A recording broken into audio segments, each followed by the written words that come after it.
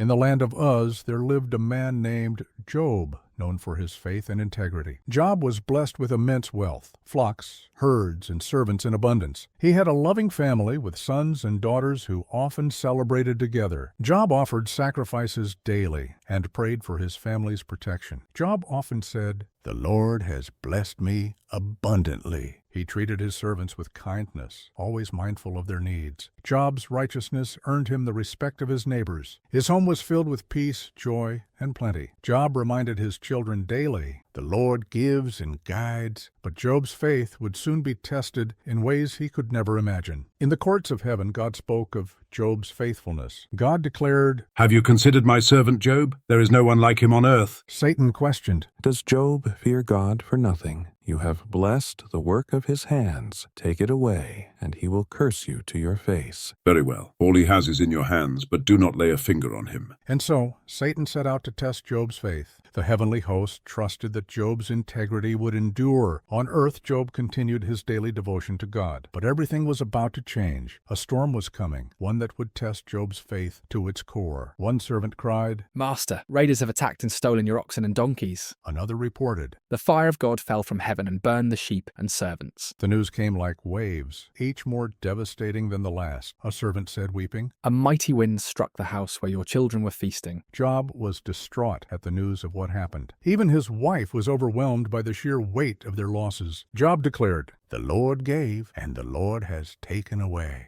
Blessed be the name of the Lord." Though his heart ached, Job refused to sin or curse God. But Satan was not finished yet. Another test was about to begin. Suddenly, Job was struck with painful boils from head to toe. The once prosperous man sat in ashes, trying to find relief from his agony. "Why are you holding on to your faith? Curse God and die," she exclaimed. Job replied, "Shall we accept good from God and not trouble?" 3 of Job's friends, Eliphaz, Bildad, and Zophar, came to visit him. For 7 days and 7 nights, they sat with him in silence, sharing his grief. Finally, the silence broke, and Job voiced his anguish. "Why was I born if my life is only filled with sorrow?" You must have sinned greatly, Job. Confess your wrongs, and God will restore you. "I am innocent. My suffering's not because of sin." God does not punish the righteous, Job. You must humble yourself. "You speak without understanding. My suffering is deeper than you know." If only God would speak to you, he would reveal your fault, Job. "Though he slay me, yet will I hope in him. I know that my Redeemer lives." Job's unwavering faith left his friend speechless. "Lord,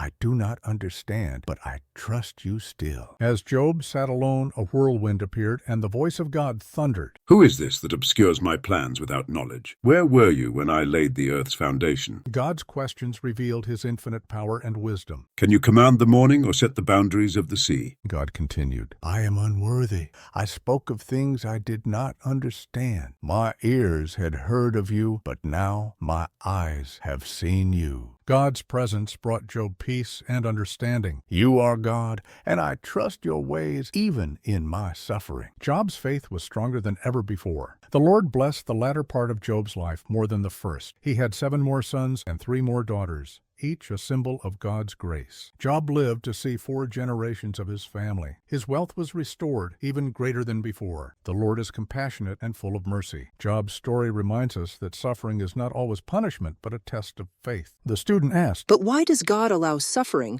like what we see in Nigeria?" Job teaches us that God's plans are greater than we can understand. The group reflected on the trials facing their country, from poverty to conflict. And remember, Job's faith led to his restoration. There is hope for us too. The Lord restored Job's fortunes and blessed him even more than before.